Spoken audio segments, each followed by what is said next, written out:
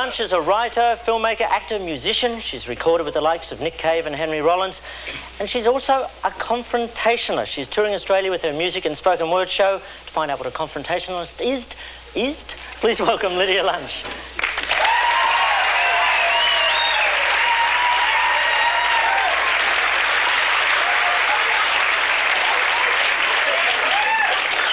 Okay, so what's a confrontationalist?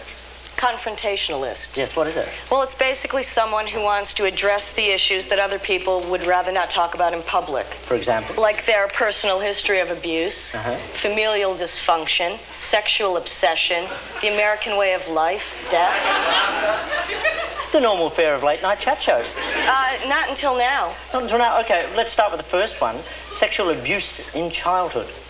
Are you familiar with this? No, it didn't happen to me. I'm sorry to hear that.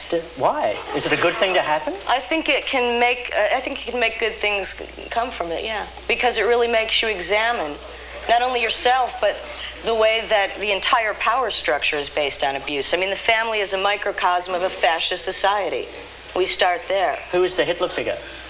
Father, the father of our country, God the Father. Should I go on? Why must the father always be the leading fascist in the family I don't unit? understand why he is. I don't know. I guess there's just too many fathers out there. And that's the first problem, and that's an issue I like to address right now. Okay, no, before we do that, before we do that, let's go back. Are you a breeder? Am I a breeder? I have bred, yes.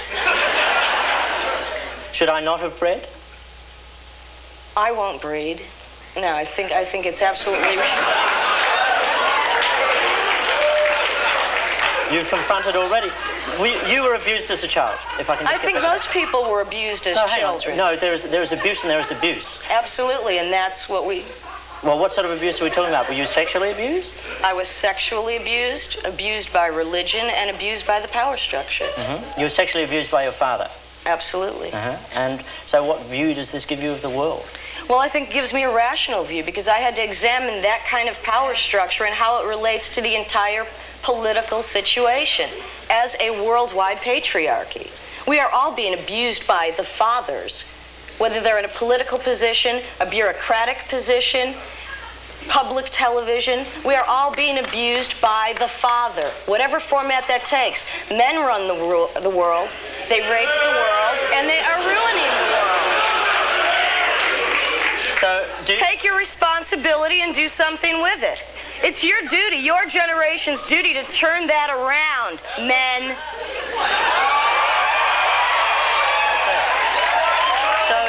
Yeah, but you know, you can wipe the smiles off your faces because it's not funny. You can laugh because you think it's a joke, but you're all guilty of it. Guilty of what? Guilty of carrying on in the tradition of the family, which is a position and situation of abuse, basically. Hang on. So do you find it odious that I, the man, am interviewing, I'm hosting a show where you, the woman, are the guest? Is that a problem? Not until I take over your job, I guess. So it is a problem? Well, I don't think it is a problem, because it doesn't matter what your job is. I'm still going to carry on and do my job independently and tenaciously as possible, no matter what your job is. I'm just trying to define what the problem of the patriarchy is. You have said the problem of the patriarchy is this, is that it runs the entire world. The world is run by bureaucrats and corporations, which are run by men, which has been raping the entire planet for thousands of years. That's the problem. Okay. It's simple. Okay. So you would like to see an army of women with Uzis. That's your quote. No, that's your quote. I'm quoting you back at you. Where did you read that? In Angry Women, the Absolutely. research book. You said you'd like to see an army of women with Uzis go into the White House and kill off half the political population. Absolutely, and why stop at the White House? Because then we'd have to get every corporation and business. Basically, we could start in America, because I'm all for that. I know we're a big part of the world problem, the world situation. I know that America is completely responsible for that. America is becoming a third world country because of the way we treat the third world. These are issues I have to deal with as a performance artist. So hang on. On one level it's the patriarchy, which is the problem, but on the other level it's America. But America is made up of men and women. Absolutely, but men are still the ones in the positions of power which control the money. 80% of the money is controlled by 1% of the population, and that's the male population. Why do women let this be so? Women had no choice since the Bronze Age, when originally they were mining gold and silver for jewelry, art, and pottery, and that was turned into weapons. Why have women had no choice? We're all supposedly free individuals. Why do women have no choice? Well, they do have a choice. I'm here to promote that choice and alternatives. But why has it taken 8,000 years of civilization? Well, because men own all the weapons, and that's also something that's got to turn around, and that's why I promote women get your guns. I know.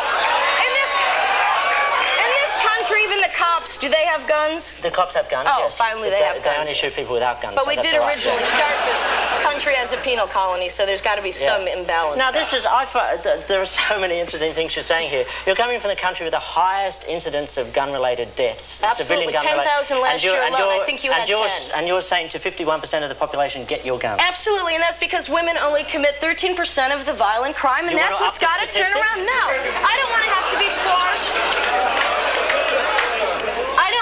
To be forced to live among the other 87% who are committing all the crimes unarmed. So you want to be armed to do what?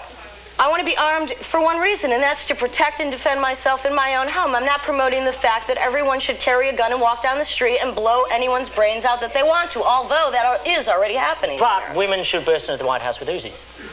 We could start there. Because in America, if you know anything about our history, we have solved every single political issue with violence. Everyone? Just about. Richard Nixon wasn't violent.